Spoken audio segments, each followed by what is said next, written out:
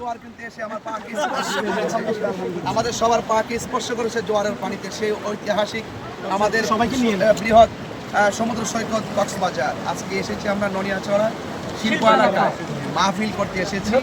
এখনই মাটি ও মানুষের কিংবদন্তি আস্থাভাজন ব্যক্তি জনাব রাহি ভাই, আমরা একসাথে এসেছি, আমাদের আয়ুব সাহেব এসেছেন এবং আমাদের অনেক এবং মাহফিল কমিটির বিশেষ করে আমাদের সময় কিন্তু খুব কাটাকাটা হয়ে গেছে। এরপর আমি কষ্ট করেছে তাদেরকে নিয়ে যদি এখানে না এসে মাহফিলে চলে যায় তাহলে এটা আমার হকটা আদায় হবে না। এই জন্য সকলকে একটু দোয়া দিয়ে যাচ্ছি, সবাই আমার জন্য দোয়া করবেন, আমিও সবার জন্য দোয়া করি ইনশাআল্লাহ। নারে তাকবীর, নারে রিসালাত, নারে গাউসিয়া।